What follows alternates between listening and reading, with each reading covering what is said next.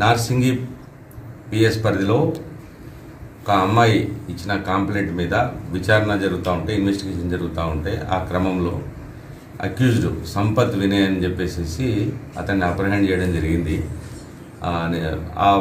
ఆ క్రమంలో అతని దగ్గర అతను ఉన్నది వాళ్ళ బ్రదరు యూట్యూబరు పేరు షణ్ముఖ్ అని వాళ్ళ ఇంట్లో ఉండడం చెప్పి తెలిస్తే అక్కడ పోయి అప్రహెండ్ చేయడం జరిగింది. అప్రహెన్షన్ క్రమంలో అతని దగ్గర ఈ అఫెన్స్ కన్ఫెషన్ చేస్తూ అతని దగ్గర కూడా వేరే దాంట్లో కొంత గాంజా దొరకడం జరిగింది.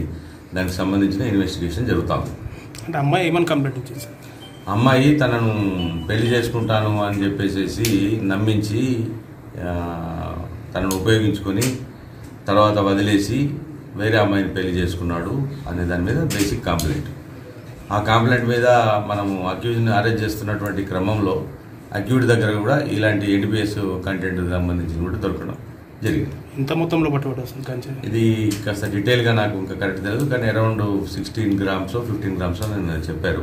అది ఇన్వెస్టిగేటింగ్ ఆఫీసర్కి ప్రాపర్గా తెలుసు. అది మీరు ఏమన్నా ఫర్దర్ కూడా ఇన్వెస్టిగేషన్ ఆఫీసర్ కంప్లీట్ అయిన తర్వాత మీకు చెప్తాను. అలాగే వాళ్ళ బ్రదర్ మీద ఎలాంటి చర్యలు తీసుకుంటారు? చట్టపరమైన చర్యలు తీసుకోవడం జరుగుతుంది. అట్లా ఉండదు. అది మీరు ఇప్పుడు జస్ట్ బ్రీఫ్ ఏంటంటే ఎఫ్ఐఆర్ రిజిస్టర్ అవుతుంది. ఆ ఎఫ్ఐఆర్ రిజిస్టర్ అయిన దాని ప్రకారంగా ఇన్వెస్టిగేషన్ ప్రొసీడింగ్లో భాగంగా అప్రహెన్షన్స్ అవుతాయి. వాళ్ళ కన్ఫెషన్స్ బేస్ అయ్యో లేకపోతే రికవరీస్ బేస్ అయ్యి ఫర్దర్ సెక్షన్స్ యాడ్ అవుతాయి. అది ఇప్పుడు ఒక అమ్మాయి మనకు నార్సింగి పిఎస్ పరిధిలో అమ్మాయి ఏమని కంప్లైంట్ ఇచ్చింది, నన్ను ఒక వ్యక్తి సంపత్ వినయ్ అనే వ్యక్తి నన్ను పెళ్లి చేసుకుంటానని చెప్పేసి నన్ను వాడుకొని మోసం చేసి వదిలేసి నన్ను కాకుండా ఇంకొక అమ్మాయిని పెళ్లి చేసుకొని వెళ్ళిపోయాడు అనే కేసు మీద basically that of the 417, 420, 376 cases register అయ్యాయి. ఆ ఇన్వెస్టిగేషన్ క్రమంలో భాగంగా అట్టి వ్యక్తి ఒక ప్రాంతంలో ఉన్నాడని చెప్పి తెలిసి ఇన్వెస్టిగేటింగ్ ఆఫీసర్ అక్కడికి వెళ్ళగా ఆ క్రమంలో అతని దగ్గర కొంత గాంజా కూడా ఉన్నట్టు తెలిసింది. లేదు, ఓన్లీ గాంజా. అది కూడా స్మాలర్ క్వాంటిటీ దొరికింది. కాబట్టి ఆ క్వాంటిటీకి సంబంధించిన ఫర్దర్ కన్ఫెషన్స్ ఏం తీసుకున్నారు ఏంటి అన్న దాని మీద బేస్ అయ్యి రిమాండ్లో అవన్నీ కూడా యాడ్ అయిపోతాయి. ఇంకా basically I'm not the investigating officer here in this particular case.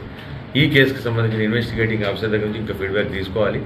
ఫర్దర్గా ఏదైతే క్రిమినల్ కంటెంట్ వస్తుందో ఆ కంటెంట్కి సంబంధించిన సెక్షన్స్ యాడ్ అయ్యి ఎవరైనా అక్యూజ్డ్ జైలుకి వెళ్తారు. ఒకవేళ బెయిలబుల్ సెక్షన్స్ ఉన్నాయనుకోండి, 41 ఇచ్చే సెక్షన్స్ అయితే 41 ఇస్తారు. అది 7 సంవత్సరాల నేరానికి సంబంధించిన లోపలగా ఉండి బెయిల్ ఇవ్వదగినవి ఉంటే అవి 41 ఇచ్చి పంపించి ఫర్దర్ ఛార్జ్షీట్ వేస్తారు. 7 సంవత్సరాల కంటే ఎక్కువగా ఉన్న సెక్షన్స్ అయితేనేమో డైరెక్ట్గా రిమైండ్ వెళ్ళిపోతారు.